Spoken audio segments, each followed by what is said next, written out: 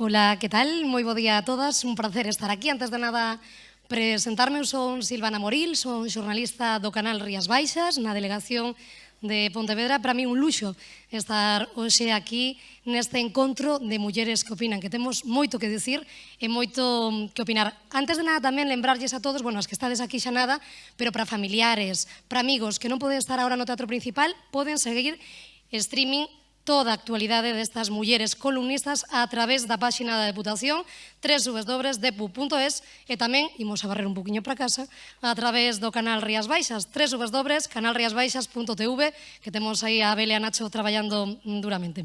Bueno, pois un placer formar parte e aportar o meu graniño de area neste encontro. Antes de nada, darlle os parabéns tanto a Susana como a Diana, un luxazo como xornalista de carácter local, poder cubrir eventos destas características. Un auténtico placer. E, como non, tamén un luxo poder presentar a seguinte ponente. Ela é unha muller perigosa, é unha muller que ten moito que dicir, ademais dunha muller a que coñezo dende que éramos pequenas, aínda que non nos viamos, eu que sí, 15 ou 20 anos faría polo menos que non nos vemos, non, Lucía? 20. Bueno, pois teño o placer de coñecela. Ela é Lucía Taboada. Cando me puxen a escribir pois sobre ela, dixen, que podo dicir de Lucía cando éramos pequenas? Pois podo dicir que sempre a lembro cun libro, non? Era sempre unha apaixoada do mundo da literatura. E sempre a lembro que tiña unha opinión pois cerrada, obxectiva e clara sobre todo. Eu era moi amiga da súa irmán, Paula, que temos tamén por aí. E Lucía sempre dicía, non creo que isto era así. E realmente, ele era somente 2 anos máis pequena que a nós, non? Levámonos moi pouquiños, pero xa sabedes que cando eres unha nena, 2 anos parece unha inmensidade. E Lucía tiña razón, non? Así que podemos dicir, sen dúbida alguna, que Lucía era unha pequena intelixente, independente e moi decidida. Logo pasaron os anos, ela deixou o Santiago Apóstol, seguiu cursando os seus estudios en Vigo e logo continuou a súa licenciatura de xornalismo na Complutense, en Madrid. Perdemos un pouquiño o contacto, pero sempre tive moi claro que ia saber dela, porque Lucía é unha muller desas que deixan pegada e así o foi. Fixo prácticas en medios locais, no ámbito profesional, forxouse en Madrid como xornalista e na actualidade traballa, imagino que co seu correspondente madrugón, no Hoy por Hoy da cadena SER e tamén colabora con esa divertida sección Todo por la radio en La Ventana, tamén na cadena SER. Ainda te escoitei, por certo, este xoves con esa exitosa campaña de Satranques Jaén. Temazo. Temazo, verdad? Temazo. Ademais, tamén escribe na revista masculina Gekú. De Lucía, que podemos dicir tamén? Ademais, que é amante do queixo, amante do seu querido Celtiña de Vigo e tamén amante da literatura. Ten no mercado 3 libros: Fuera complejos para imperfectas, Dejar de amargarse para imperfectas, coa ilustradora Raquel Córcoles, e outro que ten moito que ver co tema protagonista desta xornada, Hiperconectados, coa ilustradora Esther Córcoles. Un libro dende un tono irónico e con moito humor nos achega a todo o positivo que teñen as redes sociais, a todo o positivo que ten esta xeración 2.0, a todo o positivo que ten ter a información xa no momento, nese instante, e tamén esa outra contrapartida que ten, non? Esa cara B, o positivo que ten Hiperconectados, pero mellor, como ti ben dís nese libro, non, Lucía, saber como está un amigo de Canadá, pero non ter nin idea de como está o teu compañero de traballo, non? Que o tes ao teu lado, non? Un tema moi importante. Polo que teño entendido, Lucía, ou igual que a meirande parte de todos os que estamos aquí, é unha grande hiperconectada. Pero, bueno, a cousa cambia un pouquiño cando temos que decir que Lucía Taboada ten nada máis e nada menos que 115.000 persoas que a seguen a través do Twitter. Un dato que xa nos contarás ti, como levas, isto que retuiteen, que me gusta, que comente. Xa nos dirás tamén un pouquiño os comentarios que che poden deixar, como muller que opina, que ten moito que opinar. Descríbese a sí mesma como unha tuitera costumbrista. Tuitea sobre temas da actualidade e tamén sobre o seu día a día. Non tiña pensado lelos, pero vou a ler algún dos tuits que pon Lucía sobre o seu día a día, non?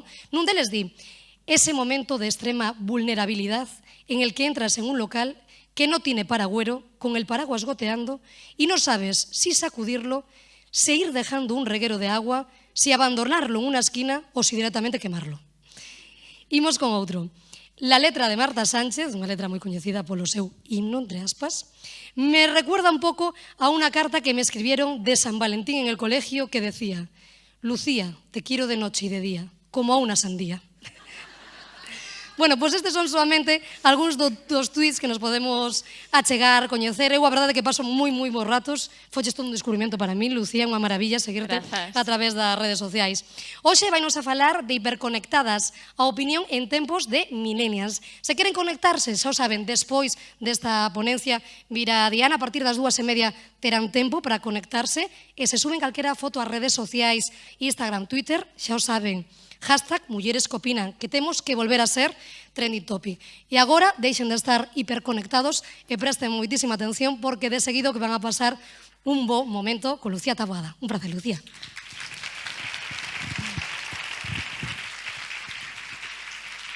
Bueno, muchas gracias, Silvana. De verdad, qué presentación.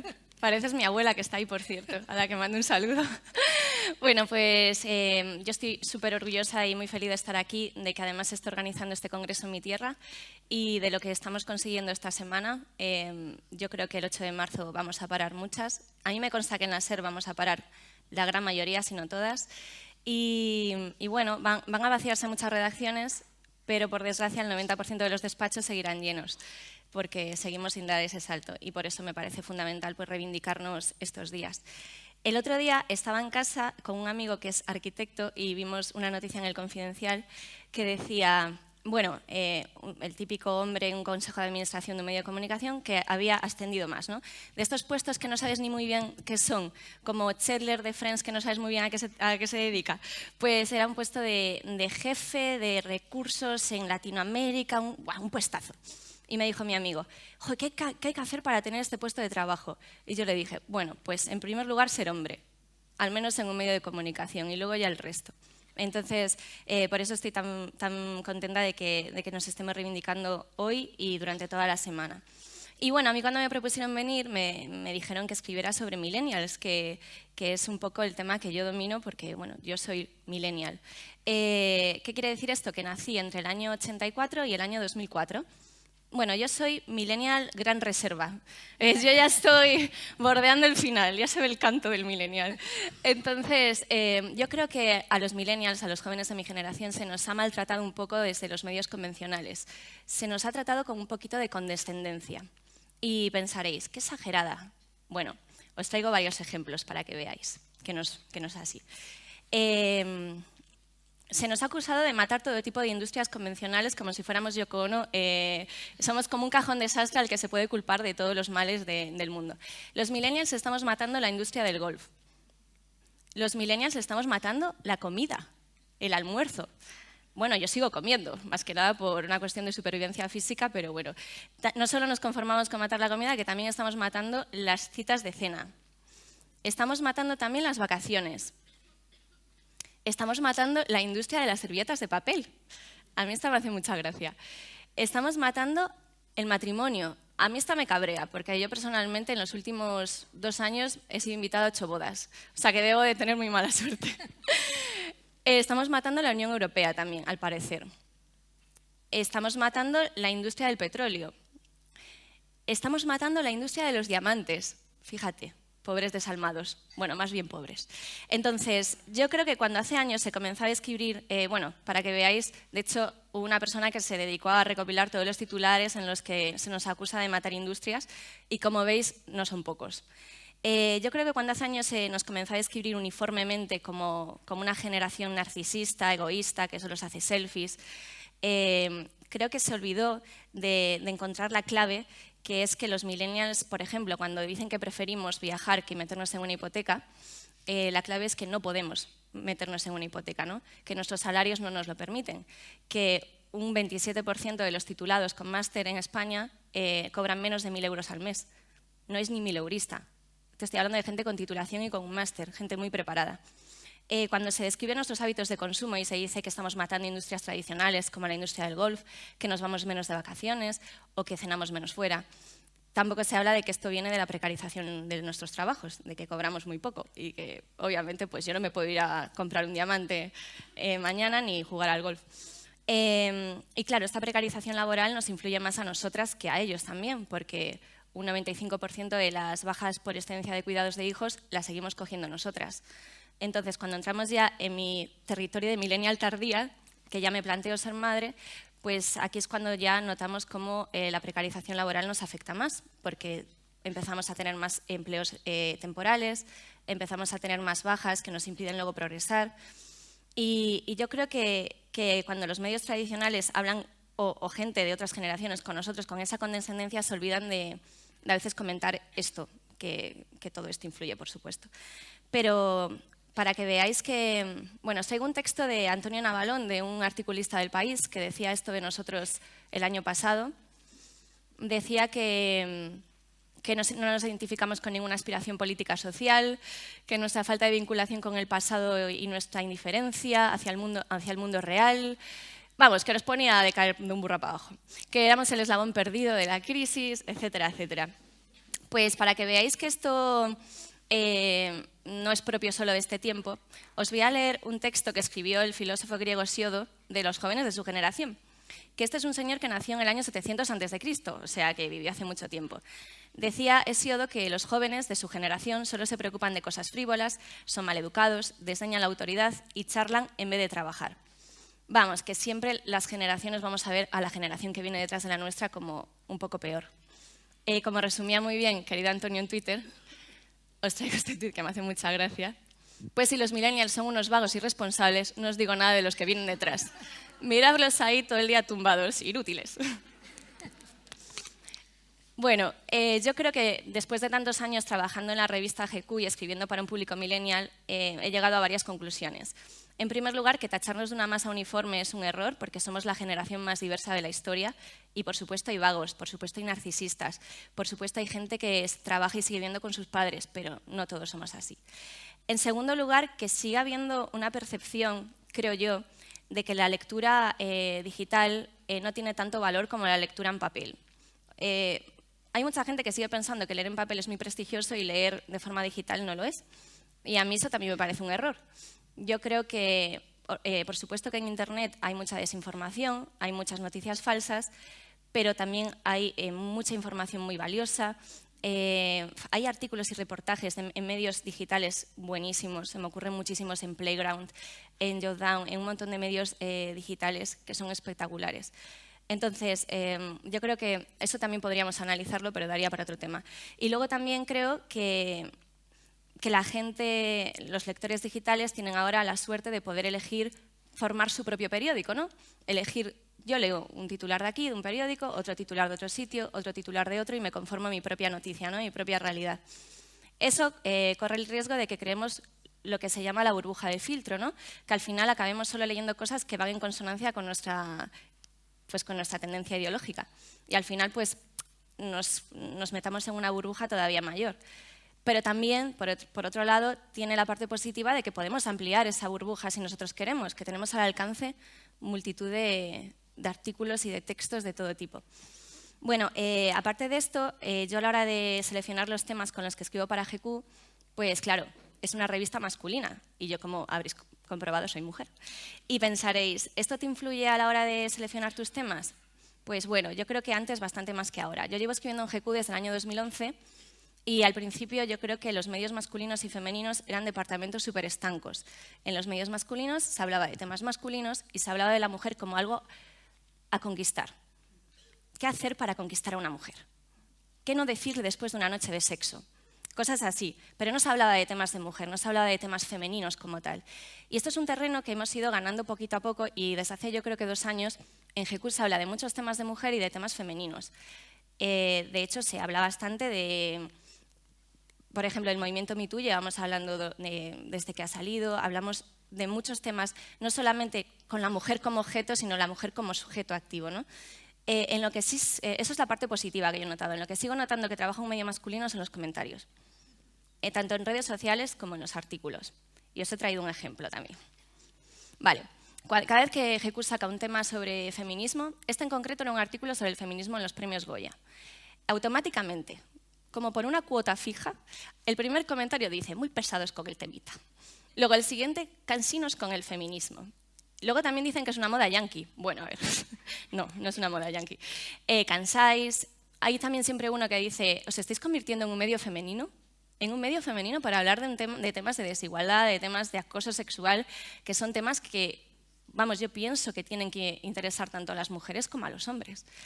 Esto a mí me hace mucho que pensar y decir, joder, todo lo que falta para que se normalice que en revistas masculinas se hable de temas que también les tienen que interesar a ellos, como la desigualdad, como la desigualdad en los cuidados, como el acoso sexual, un montón de temas que automáticamente muchos hombres consideran que son un departamento estanco de las revistas femeninas y que solamente se pueden tratar en revistas femeninas. Y a mí esto me pone de bastante mala leche y digo, pues por eso hay que seguir escribiendo estos temas en revistas masculinas, ¿no? Pero de todas formas, esto no solamente pasa en las revistas masculinas. Yo creo que si leéis cualquier noticia sobre feminismo en un periódico generalista, os daréis cuenta de que los comentarios son siempre parecidos. Siempre hay un comentario de este tipo. Me parece muy interesante un estudio que hizo el periódico inglés The Guardian, en el que analizó los 70 millones de comentarios que había en su página web desde el año 2005 hasta hoy. Y llegó a conclusiones muy interesantes. Llegó a la conclusión de que la brecha de género era mayor en unas secciones que en otras. En deportes, que tenía la menor proporción de artículos escritos por mujeres, la brecha de género pues, era enorme, pero le seguía muy de cerca la sección de tecnología y de internacional, y la única sección que tenía un número significativo de artículos escritos por mujeres era la sección de moda. En todas las secciones del periódico, en todas menos en moda, había más articulistas hombres que mujeres. Luego, los artículos escritos por mujeres fueron más bloqueados. Esto significa que se bloqueaban o porque tenían un insulto o comentarios despectivos, que los comentarios escritos por hombres en todas las secciones. Pero las secciones tradicionalmente dominadas por hombres, como por ejemplo tecnología o deportes, tenían la mayor proporción de artículos bloqueados. Y la sección escrita por moda tenía la mayor proporción de artículos bloqueados en artículos escritos por hombres. Esto me parece muy, muy curioso. Más cosas que llegó a la conclusión de Guardian es que, pues eso, como os decía, los artículos escritos por mujeres fueron automáticamente más bloqueados, muchos comentarios, que los escritos por hombres en todas las secciones. Que algunas secciones atraían más comentarios bloqueados que otras. Por ejemplo, las secciones de opinión, de internacional y de medio ambiente tenían más comentarios bloqueados que la sección de moda. Y esto, que para mí es clave, muchos temas fueron objeto de más comentarios bloqueados que otros temas. Por ejemplo, las conversaciones sobre cricket, carreras de caballos y jazz eran respetuosas, pero los artículos sobre Israel y Palestina no. Pero especialmente los artículos sobre feminismo atrayeron el mayor nivel de comentarios bloqueados en su edición online. Y también los artículos que se referían a violaciones. Hombre, yo creo que esto es extrapolable a cualquier medio español.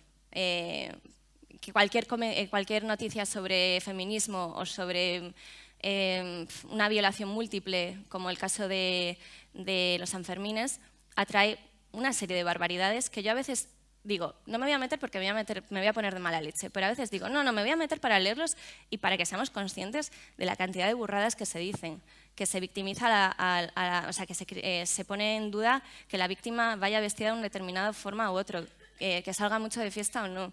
Bueno, todo este tipo de cosas. Yo creo que esto es un ejercicio que deberían hacer todos los periódicos, analizar sus comentarios y ver, pues eso, analizar sus comentarios, analizar también la proporción de artículos escritos por mujeres y por hombres en todas las secciones. Y llegarían a estas conclusiones, seguramente, que nosotras somos las que sufrimos comentarios más abusivos cuando escribimos en medio de comunicación, en mi caso en uno masculino, pero yo creo que en cualquiera, en uno generalista igual. Yo lo que sí he notado también es que, aparte de que cuando escribimos sobre un tema de feminismo en GQ, hay siempre el típico artículo de «ya estáis con el feminismo, pesaditas», pues también se me ataca a veces un poco por el hecho de ser mujer cuando escribo de temas tradicionalmente masculinos. Por ejemplo, yo escribo mucho sobre fútbol porque me gusta mucho el fútbol. Y es como si tuviera que pasar una especie de Trivial Pursuit del fútbol. Os explico. Por ejemplo, si viene un hombre y me dice «a mí me gusta mucho el fútbol», yo le digo «a mí también», y me dice «ah, ¿y quién ganó la Copa del Rey en el año 94? ¿Y la Copa Libertadores en qué continente se juega? Es como que todo el rato tienes que demostrar que sabes de algo cuando a ellos se les da por hecho que saben de eso, ¿sabes? Eso me pone súper nerviosa. Y luego también me ha pasado que muchas veces he recibido algún comentario en redes sociales sobre mi voz. Vale, yo tengo la voz muy aniñada, como ya habréis comprobado, y a veces me dicen «ay, no te pega enfadarte tanto con esa voz tan cookie que tienes». y es como, bueno, pues nada, me fumaré tabaco de mascar todos los días a ver si se me agrava. Esto me recuerda un poco a cuando Margaret Thatcher se agravó la voz deliberadamente para sonar más autoritaria y fue a clases de logopeda durante muchos años para sonar como un hombre. Parece ser que si tienes la voz un poco aguda o un poco de niña como yo, no tienes credibilidad automáticamente. Es como, o sea, ese tipo de comentarios los he recibido no en masa, pero alguna vez sí, y son los que a mí me hacen pensar todo lo que queda todavía por avanzar. A mí me gustaría que algún día se normalizara el hecho de que en revistas masculinas se hable de temas que nos conciernen a todos, como la desigualdad, como la desigualdad en los cuidados, como la brecha salarial, especialmente el acoso sexual, obviamente, que no se considerara que esos son temas que solo tienen que estar en revistas femeninas. Y me gustaría que fuera pronto. Yo creo que queda mucho camino por recorrer, pero afortunadamente lo vamos a recorrer juntas. Un fuerte aplauso para Lucía.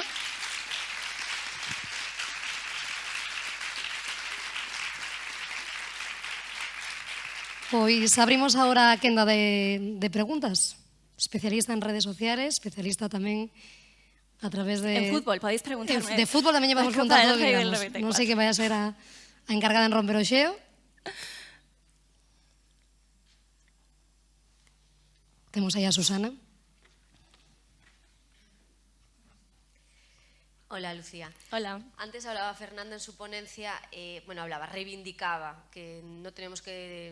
Reivindicaba nuestro derecho a ser tontas o a ser imperfectas, ¿no? A no tener siempre esa idea de que tenemos que ser las mejores para poder tener visibilidad.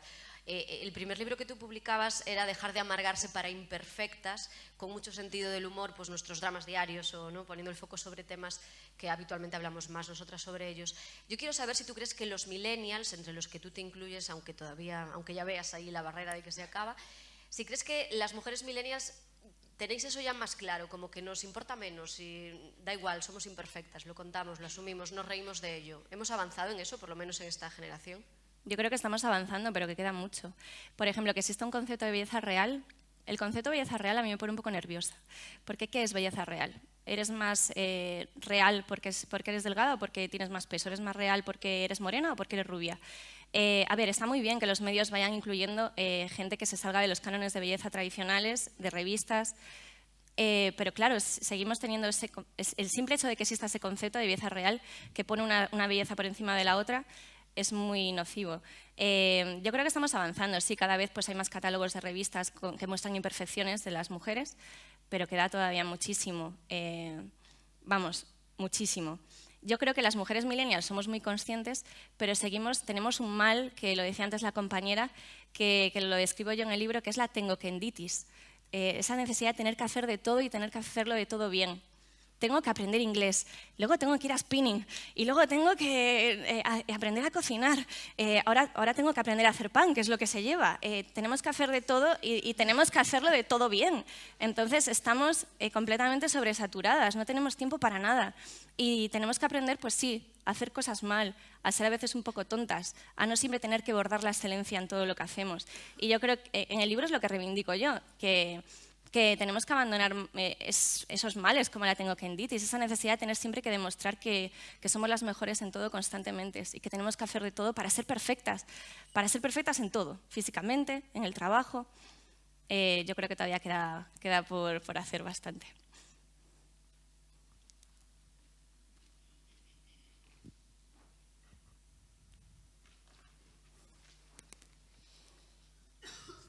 Temos aí unha pregunta.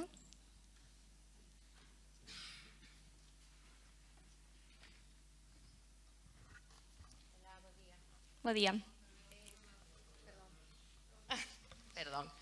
Eu teño que dicir algo, teño unha postura diferente, unha visión diferente deso que estades a falar, de la tengokenditis. Eu penso que, eso nai de dous fillos, filla e fillo millennials. A nosa xeneración foi unha xeneración un pouco obligada a liberarse. Nos liberámonos a través do traballo. Que pasou? Que tivemos 2 xornadas, non? Entón, non sei se é o caso da xente que está por aquí da miña idade, os 50 e tantos, que temos os fillos millennials, que o que fixemos foi educar as nosas fillas na tengokenditis.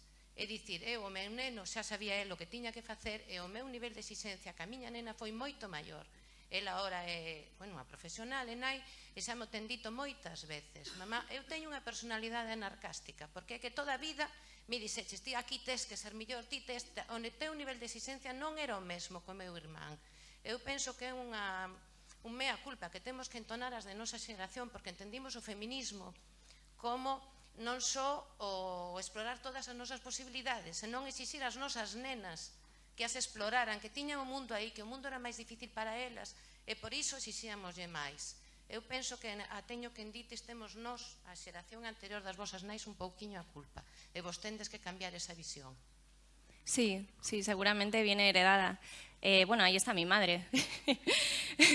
Y seguramente mi madre nos exigió a mí y a mi hermana más que a mi hermano. Es probable. Yo creo que porque venían de un tiempo, porque no quería que nosotras sufriéramos a lo mejor las desigualdades que ella sufrió en el pasado, ¿no?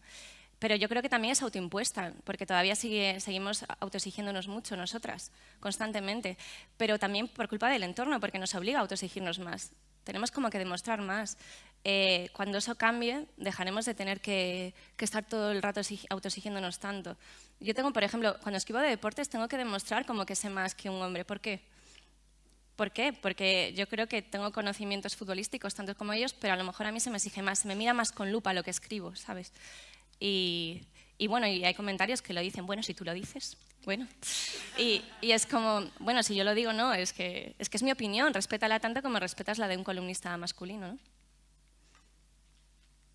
Muchas gracias, Lucía. Ha sido muy interesante, de verdad, la mirada, porque creo que en la semana del Día de la Mujer tenemos que hablar más de los hombres y de cómo, ayer lo comentaba Rosa Montero, la transformación que hemos hecho las mujeres en las últimas décadas también cambia el papel del hombre, pero de ese se habla menos, y me parece muy interesante esa evolución de las revistas masculinas que mencionas. Te hemos escuchado hablar de la parte mala de los comentarios, pero me gustaría saber si también hay comentarios que te den esperanza, donde ves que le has hecho cambiar el punto de vista o le has abierto la mirada a una perspectiva que no se habían planteado esos lectores. Sí, afortunadamente sí. Es la parte positiva, que escribiendo estos temas hay los típicos comentarios de canséis con el tema, que ni se leen en el artículo, pero hay gente que sí que reflexiona sobre ello. Yo el otro día escribimos un artículo en GQ sobre los medios de transporte exclusivamente femeninos, como BlaBlaCar, que tenía un servicio incorporado solo para mujeres, y recibí comentarios en Twitter que dijeron, pues no habíamos caído nunca en esto. Es importante hacerles caer en cosas en las que ellos nos han parado a reflexionar. Y por eso es importante que haya temas femeninos en revistas masculinas. O sea, no temas femeninos, temas sobre nosotras, temas de feminismo en revistas masculinas. Es fundamental, yo creo, normalizar eso para que ellos caigan en esas cosas en las que a lo mejor no habían caído, ¿no? Y sí, obviamente hay una cuota alta de comentarios como los que habéis leído, pero también hay una cuota de esperanza. Y a mí lo que me gusta mucho es que mis compañeros chicos de GQ también escriban sobre esos temas, no solo nosotras, y lo hacen muy bien. Además, yo recomiendo mucho que leáis, por ejemplo, a Noel Ceballos, que es un compañero mío que escribe de forma magistral sobre estos temas. También me parece un error que solamente se limiten los temas de feminismo a nosotras, a firmas de mujer. Yo creo que también tienen que hablar ellos. Y yo creo que eso en GQ lo estamos haciendo desde hace un par de años y me parece que hay que seguir haciéndolo y más. ¿Alguna otra pregunta? Tenemos una pregunta. De otra madre de baby boom, madre de millennial. En este caso, hombres los dos, a los que hemos, por mi parte, educado a hacer todo lo que hacemos las mujeres: coser, comprar, cocinar. Si ya ellos cocinan, compran y atienden a los hijos, ¿y vosotras hacéis todo lo que hacen ellos? ¿Por qué sigue habiendo revistas femeninas y masculinas? Buena pregunta. Pues bueno, sigue habiendo temas que todavía son muy estancos de una revista femenina o revista masculina, como por ejemplo la moda, la belleza. La belleza sigue siendo un tema como muy femenino todavía. Sí que es verdad que en GQ, por ejemplo, sí que hay muchos artículos sobre belleza y cada vez más, pero sigue habiendo como departamentos muy... Los deportes siguen siendo un tema casi, no exclusivamente masculino, pero yo leo muy pocos artículos de deportes en revistas femeninas, que me gustaría leer más, por ejemplo. La tecnología sigue siendo como una sección que se asocia, no sé muy bien por qué, a ellos. Yo conozco chicas que escriben sobre tecnología, que es una pasada. Sigue habiendo todavía, sí que sigue habiendo diferenciaciones. A mí me gusta mucho leer revistas femeninas y las leo y las consumo, y me gusta mucho leerlas, sobre todo la peluquería. Pero también leo revistas masculinas y de hecho la proporción de lectores de GQ somos como un 40% mujeres y un 60% hombres. O sea que no hay tanta diferencia. Nos leen más hombres, pero también nos leen muchas mujeres. Porque al final sí que hay temas muy universales que interesan a todos.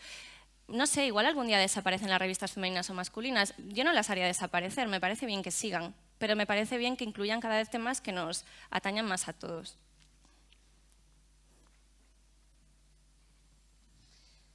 Non sei, máis preguntas, non pregunto eu. Lucía, falábamos antes que tes no Twitter ni máis ni menos que 115.000 seguidores. A hora de expoñer a túa opinión, ti falas no Twitter do teu día a día, da actualidade, pénsalo moito, non lo pensas? Fagoche esta pregunta sobre todo falando desa perfección, entre aspas tamén, da que se fala da muller. Ti falas no Twitter, pois, como dicíamos antes, sobre que facer co teu paraugas, podes falar de fútbol como podes falar de política. Sí. Cal é a repercusión que ten tantos seguidores? Pensamos moito no contido e en todo aquilo que facemos público ou non, no teu aspecto? A ver, si dijera que no, mentiría. A lo mejor hay algún tema que digo, uy, estoy siendo muy bruta de late. Porque sí que a veces tienes un poco, más que nada porque nosotros trabajamos en medios de comunicación y somos como caras públicas, entre comillas, y la gente sabe dónde trabajamos, nos puede atacar más fácilmente, ¿no? No es como, por ejemplo, el típico hater que normalmente suelen ser anónimos, que no sabes ni en qué trabaja ni nada. Yo a veces, cuando me dicen algún troll que tengo por ahí, cuando me dice algo, me dan ganas de decirle, qué valiente eres, ¿no? Insultándome sin mostrar la cara. Eso es súper sencillo. Entonces yo creo que todos los periodistas sí que un poco de autocensura sí que a lo mejor nos ponemos en redes sociales. Yo creo que sí, no mentiríamos todos. Pero aún así, aún con esa poquita autocensura, yo creo que en Twitter soy bastante libre y escribo un poco lo que me da la gana. Y en ningún momento mi medio de comunicación, que es la SER, ha venido y me ha dicho, Lucía, deja de tuitear tonterías, tuitea sobre tu trabajo, ponte seria. No, yo creo que sí que tenemos un poquito de autocensura aún, pero es que, claro, es que estamos expuestos, porque somos periodistas, o sea, yo por lo menos estoy con mi apellido y con mi medio de comunicación, entonces es que nos exponemos a mucho y no sé. A mí me gustaría muchísimo que fuéramos totalmente libres y que no existiese esa parte de haters en redes sociales que ayer describían también nuestra compañera, que también afecta más a las mujeres en cuanto a insultos y demás. Pero desgraciadamente en Twitter, como en la vida, está lo mejor y lo peor. Y además en Twitter tienen la capa de la invisibilidad y del anonimato que les revierte de más valentía desde el sofá de su casa.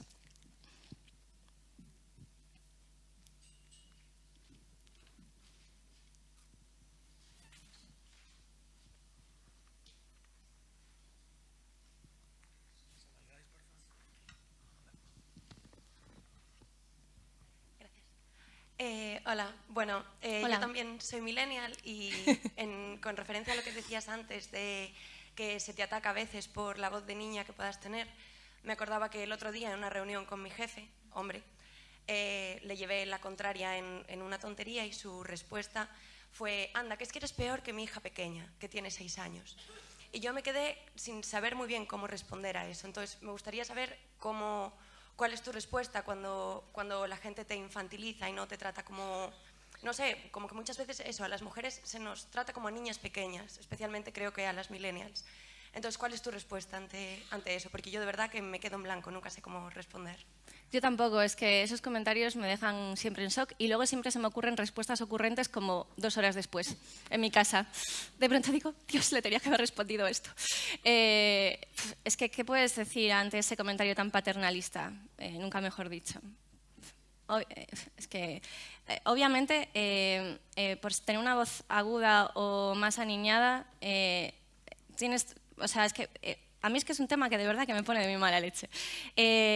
No significa que tengas menos autoridad o credibilidad en lo que digas. Es que parece, por ejemplo, a veces me da la impresión como que las mujeres públicas solo pueden tener voces graves. También pasa en política mucho, ¿no? Que se ridiculiza mucho las voces de algunas políticas que a lo mejor... Joder, y luego tenemos a gente como Montoro, que ¿cómo habla Montoro? ¿sabes? Y dices, ¿y por qué a ellos se les ridiculiza menos que a nosotras cuando a lo mejor hacemos un gallo o a lo mejor hablamos de forma muy aguda? Pues claro, yo espero que eso también se rompa con los años y que sinónimo de tener voz aguda no sea sinónimo de tener menos credibilidad que una voz grave y rotunda, porque está asociada a la virilidad y a la masculinidad. No sé, es que no sabría qué responderte, porque es que yo también me quedo en blanco con esos comentarios, ya te lo digo. Temos aí unha pregunta da presidenta da Deputación, dona Carmela Silva. Hola. Hola. Es que estoy intentando no hablar, aunque me encantaría haceros muchas preguntas, pero creo que el protagonismo tiene que ser de otras mujeres. Yo ya lo tengo en muchas ocasiones, ¿no? Pero a mí siempre me han criticado mucho mi voz aguardentosa de una fumadora que ha dejado de fumar, y yo siempre rehuía mi voz, o sea, a mí llegó a no gustarme mi voz, ¿no? Y hasta que un día me planteé, pero si lo que tienes es una voz diferente y única, que es la tuya, como todos los hombres y todas las mujeres, ¿no? Y por lo tanto ahora presumo mucho de mi voz, porque yo llegué a la conclusión que el problema no era el timbre de mi voz, sino era mi voz. Y era que las mujeres tenemos voz y molesta mucho que tengamos voz. Y por lo tanto hay que ponerle calificativos a la voz: infantil, aguardentosa, de fumadora, etcétera, etcétera, ¿no? Como también en los hombres, que los hay muy apasionados, ¿verdad? Y que cuando están en los medios o son públicos, pues aparecen muy apasionados y la gente lo aplaude mucho. Fíjate, qué apasionado, ¿eh? Con qué convicción. Claro, si lo hacemos nosotras, se nos tacha de verduleras y estas cosas, ¿no? Y uno y una tiene que tener mucha capacidad para... no se te ocurren muchas veces respuestas. Yo ya soy mayorcita, ¿no? 57 años, pero... a veces también me quedo sin saber qué contestar, y en el fondo ahora ya pienso, ¿sabes qué digo? Es que no les voy a contestar, es que voy a seguir con mi voz y teniendo voz, que realmente es lo que molesta, ¿no? Y yo creo que también tenemos que dar un paso adelante y estar muy encantadas de ser molestas. Y ahora te voy a hacer una pregunta en torno a eso. Yo soy muy recurrente en utilizar lenguaje inclusivo. Siempre hablo de todas, todos, hombres, mujeres. Intento buscar palabras que sean globales y que nos incluyan a todos y a todas, y también en eso se nos critica mucho, ¿no? Y te quería pedir tu opinión sobre eso, ¿no? Sobre el uso del lenguaje inclusivo, que se convierte muchas veces en un ataque terrible, ¿no? Contra las mujeres. Y no hablo solo de la Real Academia. Bueno, ahí tienes una respuesta para decirle a tu jefe, mejor que la mía. Yo creo que el lenguaje inclusivo es fundamental. Yo no entiendo, por ejemplo, el revuelo que se montó el otro día con lo de portavoces y portavozas. O sea, es que me parece que es derivar el foco de... es mirar con lupa todo lo que se dice, porque como tú dices, no se critica tanto nuestra voz como que tengamos voz. ¿A qué ahora lo de miembros y miembros ya no suena ni raro? Pues a ver, a mí lo de portavoces y portavozas, pues igual no concuerdo, pero es que nos tiramos los medios de comunicación 3 días hablando de eso, en vez de hablar de otros temas. Me parece un error y me parece que el lenguaje inclusivo sirve de algo, claro que sirve de algo. Igual lo de portavozas es una tontería, pero por ejemplo, mira, lo de miembros y miembras, pues en su momento fue súper criticado y ahora me parece bien. No, o sea, ahora no me suena animal, me suena normal, y tiene que haber mucho más lenguaje inclusivo, claro que sí. O sea, yo estoy súper a favor del lenguaje inclusivo y de que los medios de comunicación dejemos de analizar tanto esas cosas y nos centremos más en otras.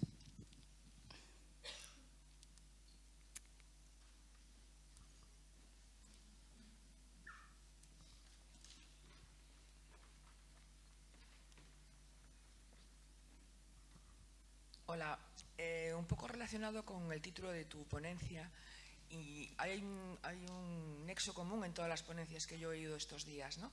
Es un poco la referencia a Twitter, y como estamos en un medio entre periodistas, me surge la pregunta de que hasta qué punto a los periodistas, las noticias, lo que comentáis, o sea, Twitter manda, porque hasta incluso en el telediario, los telediarios ahora hacen referencia a Twitter, ¿no? O sea, ¿refleja Twitter la realidad o los periodistas os dejáis un poco, estáis un poco mediatizados por aquello que sabéis que va a hacer más ruido Y también, no sé quién comentaba ayer que la ventaja, ¿no?, de las redes a la hora de divulgar noticias, ¿no?, pero que no había que olvidar el periodismo un poco el primario, ¿no?, el de la calle, el de sacar temas.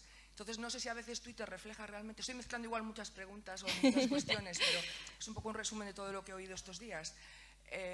Si hasta qué punto no habría que levantar polémicas o sacar a la luz temas que igual son... que afectan más a la gente, ¿no?, más que ciertas polémicas. Porque, por ejemplo, yo, que entre mi círculo habitual no tienen Twitter, soy de las pocas personas que usa Twitter, realmente veo que la gente tiene otros temas en la cabeza. O sea, hay problemáticas de las que ni siquiera se enteran, que son muy del ámbito Twitter, ¿no? Bueno, ya no quiero explayarme más. Gracias. Es que yo creo que sí que hay las dos cosas. Obviamente hay noticias obviamente hay mucha lucha por el clic últimamente en los medios de comunicación, negarlo es una realidad. Hay muchas noticias virales, entendido el término viral como temas relacionados con la red y demás, pero creo que también hay lo otro. Por eso decía antes que no hay que desdeñar tanto el periodismo digital, porque parece que solamente se reduce a noticias virales cuando no lo es. Es verdad que, por ejemplo, cuando en GQ empezamos a escribir sobre noticias virales en el año 2012, éramos uno de los pocos medios que lo hacía, y ahora somos muchísimos medios los que hacen esto. Está BuzzFeed, está Verne, están casi todos los periódicos, tanto regionales como nacionales o internacionales, tienen una sección de temas como virales, entre comillas, ¿no? Entonces yo creo que estamos agotando la audiencia con tanta noticia. Y yo he notado un cambio en los últimos años, 2 o 3, que es que para que ahora un tema le interese a alguien, por ejemplo, yo si escribo sobre el movimiento MeToo de forma general, a lo mejor no tengo tantos lectores como si escribo de una historia en concreta del movimiento MeToo. Si entrevisto a una persona, a una mujer, que me cuente su historia. Yo creo que, por lo menos mis artículos en los últimos años, pero por agotamiento de la audiencia, se han vuelto un poquito más de buscar historias más reflexivos, ¿no? Que yo creo que ahora es lo que demanda la gente, pero porque yo creo que está agotada, porque somos tantos medios que le estamos ofreciendo tanta información similar, de lo que tú dices, de temas sacados de Twitter y demás, que tenemos que buscar algo más, ¿no? Y ese algo más yo creo que son eso, las historias personales. Y luego, respecto a si Twitter es la realidad, claro que no. Es que luego nos sorprendemos de que la gente vea Sálvame o que la gente o tenga pautas de consumo que a lo mejor en Twitter no se ven reflejadas, cuando Twitter es una burbuja. En Twitter estamos muy poco porcentaje de la población que hay en España, ¿no? Entonces, luego nos sorprendemos de cosas. Pues claro, pues que Twitter no es la realidad. En Twitter no están representados ahí todos los sectores de España, ni mucho menos. Los periodistas o sea, fijarse solo en Twitter como un barómetro, o sea, Twitter puede ser el peor barómetro del CIS que hay, porque normalmente te da la impresión de que por la gente que sigues o por lo que ves va a ganar un determinado partido y luego gana otro. Y dices, ¿cómo puede ser si todos mis seguidores no son del PP? Bueno, claro, pues porque igual tú sigues a gente determinada, o a lo mejor Twitter no representa a todo el mundo. A ver, te estoy respondiendo como a 2 preguntas a la vez. Lo que quiero decir con esto es que, obviamente, fijarse solo en tu contexto o tu burbuja de las redes sociales es un error. Hay que mirar más allá. Y, en segundo lugar, hacer solo contenidos virales creo que ya no funciona.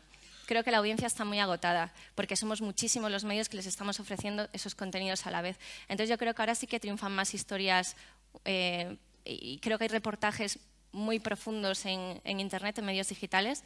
Yo qué sé, es que yo recuerdo, por ejemplo, leer un artículo en Playground, que creo que se hizo viral, sobre leyes de la Unión Europea, que a priori no es un artículo de GIFs de gatitos, y se hizo súper viral.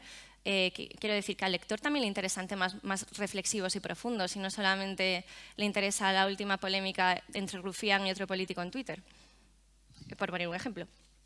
Pois moitísimas grazas, Lucía. Sinto dicirche que non temos tempo para máis. Unha última pregunta. Subirías algo ao Twitter con 115.000 seguidores, hashtag mulleres que opinan, non?